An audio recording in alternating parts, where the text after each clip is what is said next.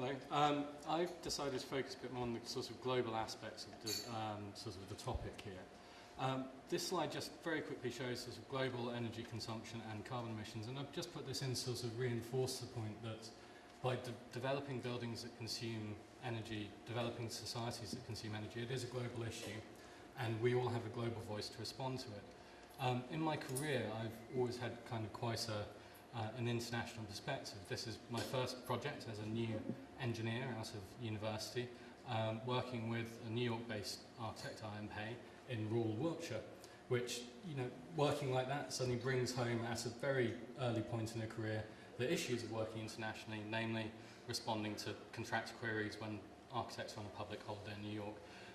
Use that experience to work with Zaha in Italy, which again brings a different series of equations, and every international project is different. You end up with different contract structures, different team structures, where sometimes you're working delivering it all and sometimes you're working with executive architects. I now work at Atelier 10, which has got a rather limited number of worldwide offices, but we are a worldwide company based in London and mainly the US, but that just shows where we are in the world. And when the next slide turns up, it shows where we've worked in the world, and we have a global presence. We work and have worked on all 7 continents, including doing some design work in Antarctica, which was a truly unusual experience. But doing this, it means that we constantly have to deal with understanding places and locations and responses that are entirely alien to what we are used to growing up from our own human experience. We often do that with complex analysis, and this is something that we've only really been able to do in the last few years, sort of entirely model the way new cities, for instance, will work in an environment. This is looking at airflow through a city, and this is looking at how a city responds to solar gain. And it allows us to, in one sense, play God. You know, we can take the city, rotate it by 90 degrees, and see what impact that has on the environment of the city. You know, really good things. But it is very inhuman doing that, because there is no relationship to the environment, and actually we get a lot of benefit from looking at the vernacular architecture and what's grown locally, because, you know, vernacular building will perhaps last 20 years if you look at these examples, and so for the families that build them, there is a constant evolution that they've been going through, and so if we can tap into that experience and leverage it, we get to create truly outstanding responses like this project that we did about 10 years ago in Singapore, where the shading was entirely designed as a response to the environment and a response from the vernacular architecture of the space to try and blend the two into a modern version. But also understanding local conditions. I mean, anyone looking at that building would go, how do you maintain it? We went to Singapore and they said, how do you maintain it? And we said, hire abseilers. And they said, great. If you tried that in London, they'd say, go back and think again. So working with different cultures and different environments does allow you to really leverage quite different examples.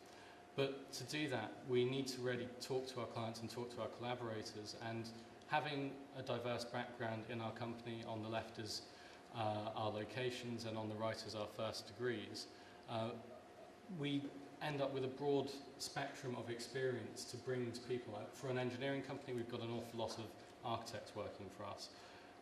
But also as part of that, we need to present very complex, very sophisticated ideas that are very ephemeral. You know, talking about carbon, you can't really, you know, picture a piece of carbon. You have to talk about how it responds and present it in a logical way. And so we develop a lot of illustrations to present projects. And that was developed for this project, Gardens by the Bay in Singapore, that we've currently been working on it for about 4 years, which is a very bizarre project, trying to create 2 20,000 square metre glass buildings in the tropics that are cooled, and do that all entirely sustainably, which inherently poses some challenges.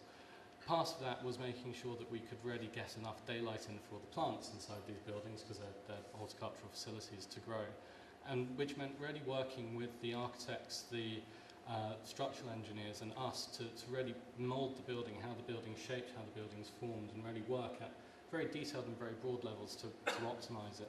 But it also meant speaking to the clients and understanding what their aspirations are and what their resources are. Turns out as our clients is the National Parks Board, and they have 5,000 tonnes of forestry clippings that they're currently paying to landfill each month.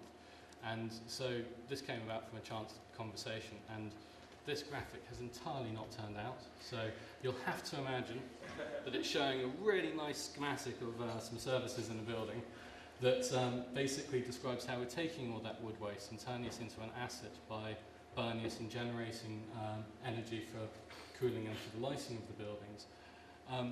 And by doing that, we've been able to get the buildings to be a net carbon positive development rather than net carbon neutral. It's net carbon positive. It has a lower impact on the world than if it wasn't built.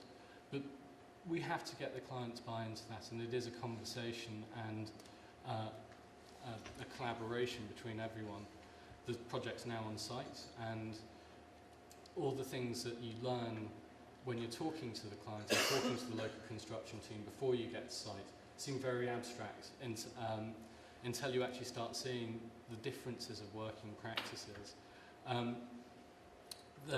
For instance, the rather dark picture on the left is showing a local practice that is very much like Roman fortifications, of driving thousands and thousands of wooden sticks into the ground to create foundations for a wall. You know, if that was an English structural engineer, they'd probably just drive a concrete pile into the ground and not deal with something quite sustainable by using local wood. But also, when dealing with international projects, you always have the absolute unexpected things happen, like getting a phone call one day and the client saying the site's fallen 5 meters into the sea was a bit unusual and impossible to visualize until you get there. And so part of what I'm trying to advocate is you still need that personal interrelation, you still need to go to site and you still need to speak to the client to achieve these great things.